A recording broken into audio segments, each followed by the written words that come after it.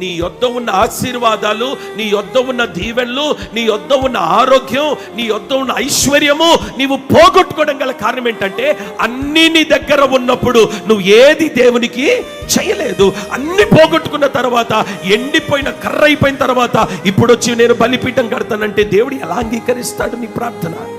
యవన సహోదరి సహోదరుడా, నీలో బలం ఉన్నప్పుడే, నీలో ఆరోగ్యం ఉన్నప్పుడే, దేవుడు నీకు ఒక మంచి పదవి ఇచ్చినప్పుడే, నీకు స్థానము స్థాయి ఇచ్చినప్పుడే దేవుని కొరకు ఏదో ఒకటి నువ్వు చెయ్యాలని ఒక తీర్మానం చెయ్యుదువుగాక. ఆరోగ్యం పోయిన తర్వాత నీ పరిచర్య చేస్తానంటే కుదరదు. ఆరోగ్యము క్షీణించిన తర్వాత నీ సేవ కొరకు నేను ఏదో ఒకటి చెయ్యాలి అంటే కుదరదు. ఆరోగ్యము ఉండగానే, నీకు బలము ఉండగానే, నీ దగ్గర ధనము ఉండగానే, నీలో శక్తి ఉండగానే దేవుని కొరకు ఏదో ఒకటి చెయ్యి.